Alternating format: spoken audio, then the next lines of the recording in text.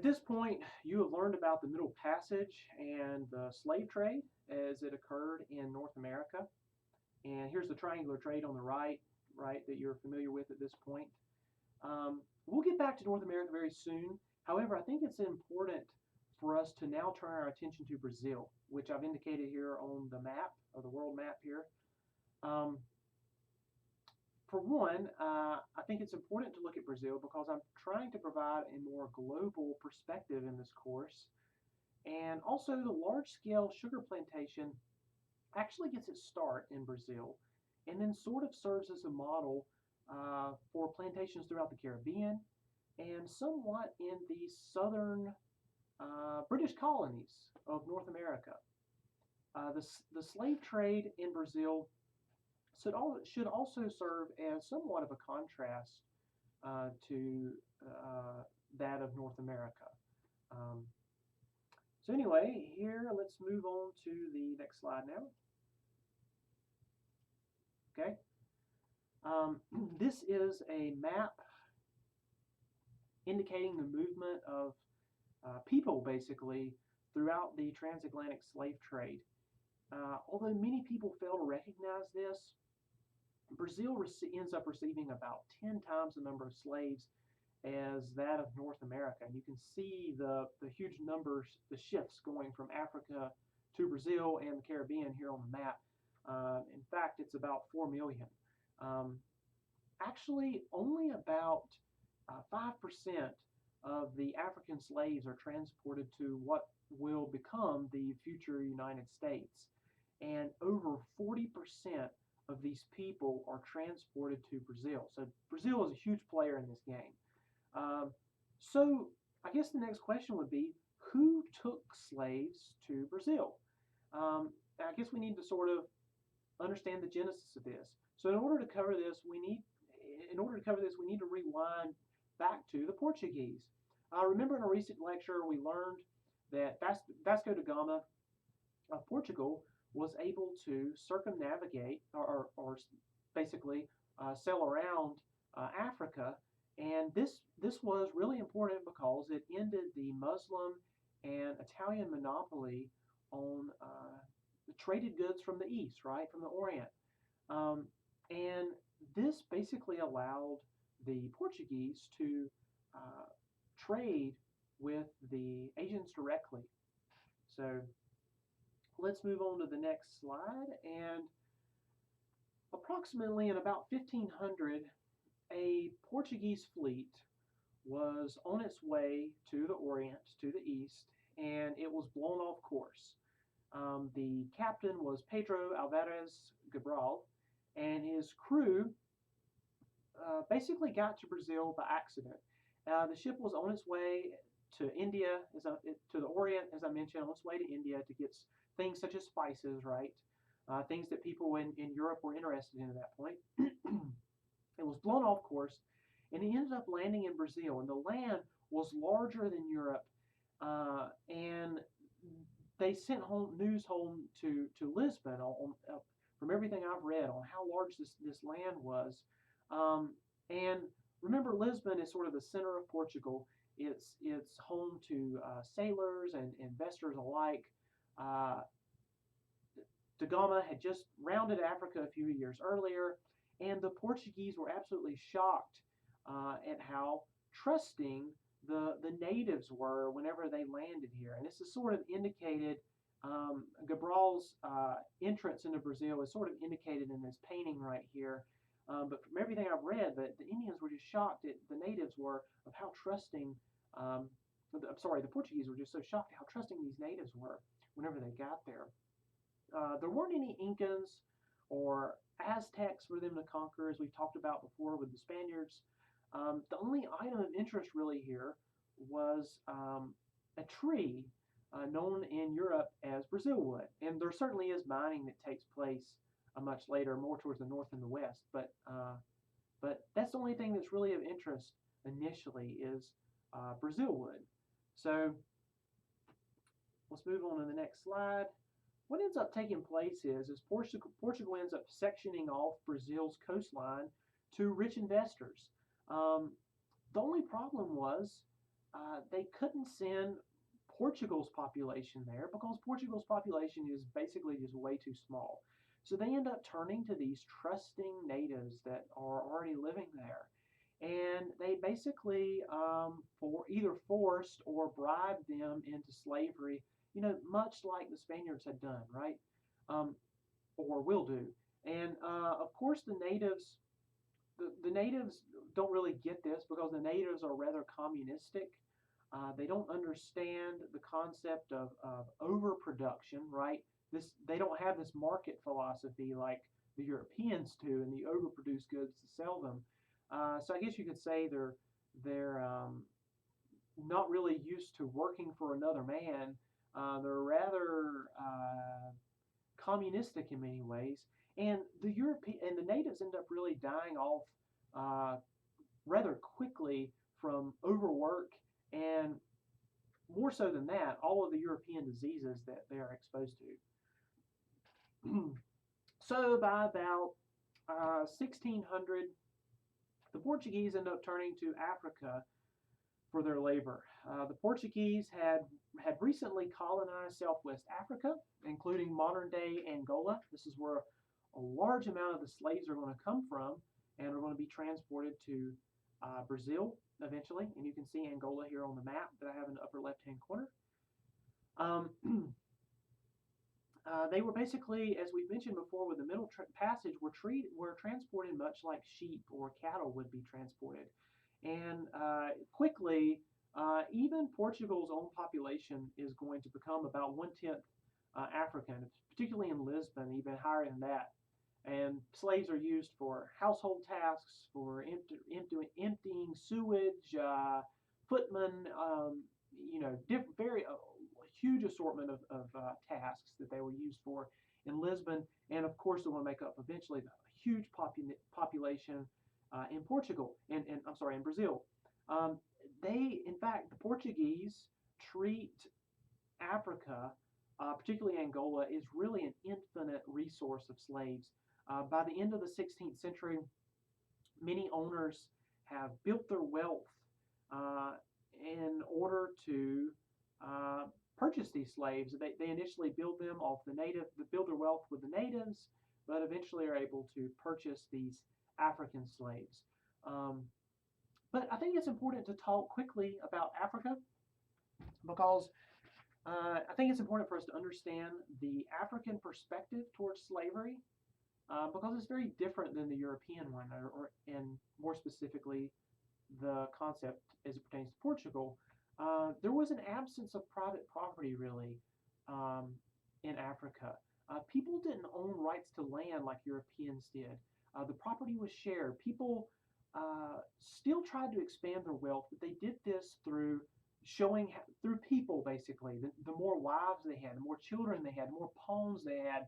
Pawns were basically they could were people they could use to pay debts to other people. So you can really see sort of the concept of having people. And slaves played a big part of that. Adoptees played a big part of that. The slaves were definitely a big part of that. But this is a very different way of sort of expressing how wealthy you are than the Europeans have, right?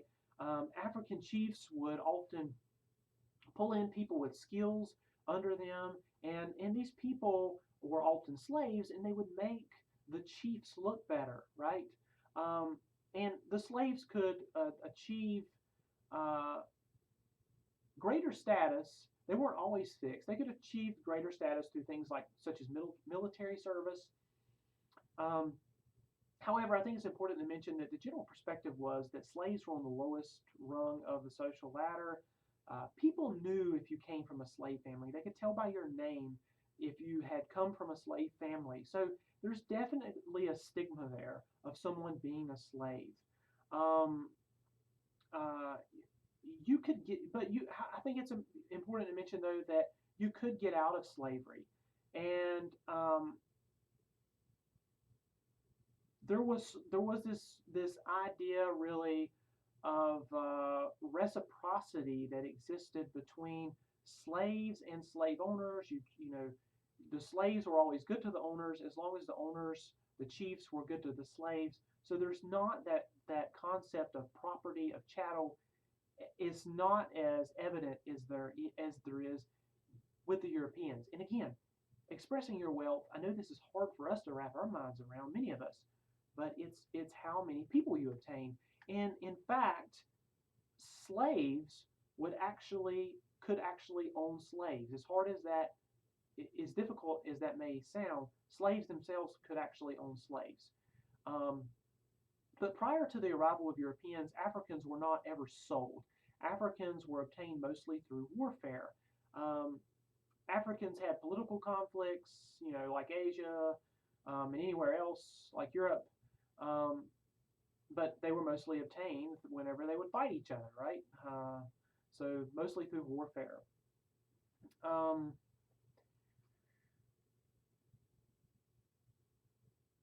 Kings could often decide who could become slaves.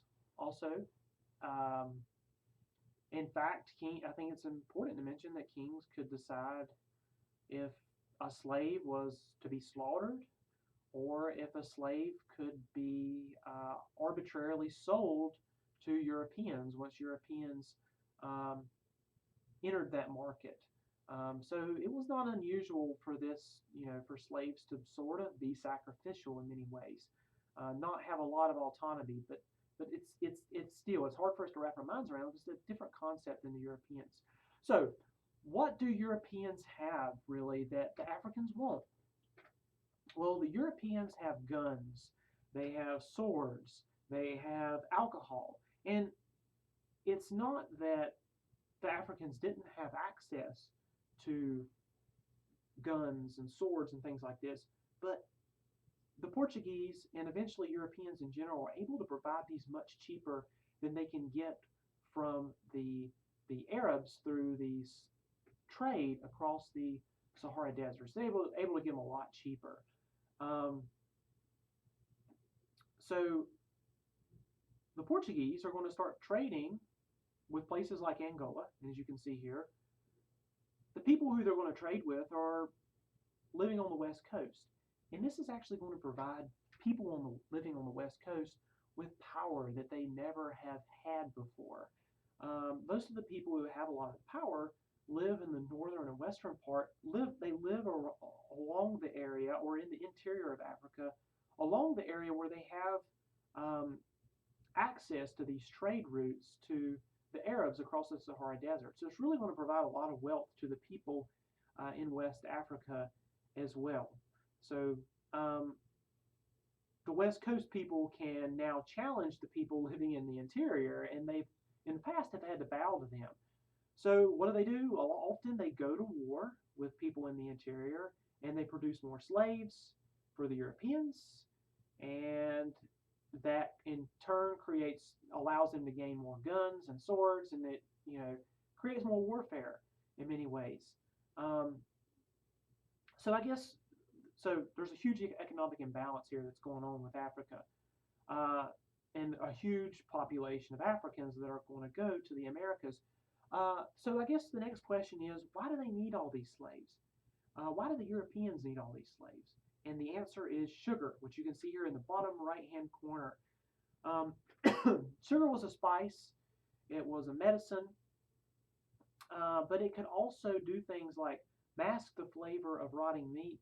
And above all, it was a sweetener. Before about 1500, the world had very few sweeteners. If you wanted to sweeten your food before 1500, then you would simply use honey or fruit juices.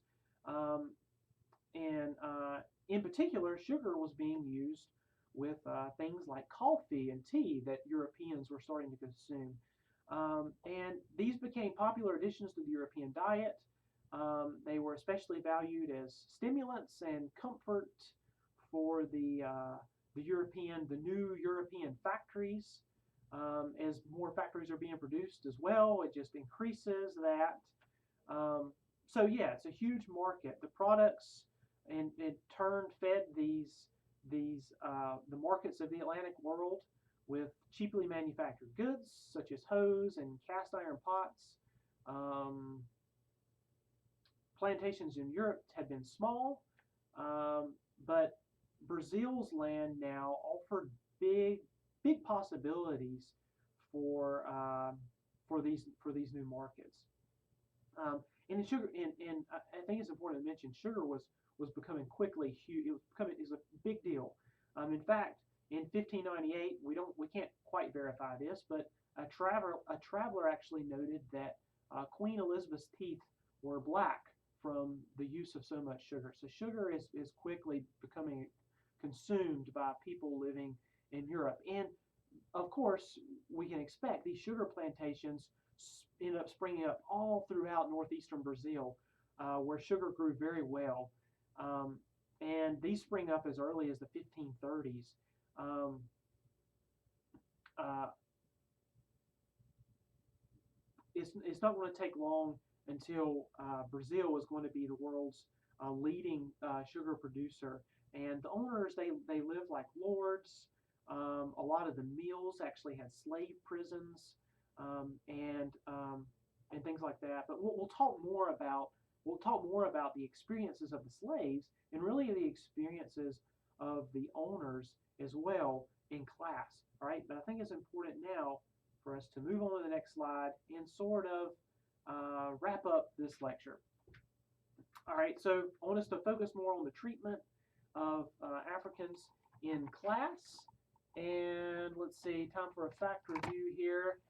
Africans were brought to Brazil as early as 1530. So this is actually 89 years before Jamestown. A lot of times we forget that as we're talking about the American history narrative. Africans were brought to Brazil as early as 1530. Abolition did not come until 1888. And Brazil received approximately 4 million Africans, over 4 times as many as any other American destination. And today, Brazil's African descended population is larger than the population of most African countries. So African culture, or Brazilian culture, has been largely shaped by this massive migration of Africans that took place. And in class, I want us to talk about those experiences, and hopefully we can relate those to how slavery has shaped Brazilian culture today by extension.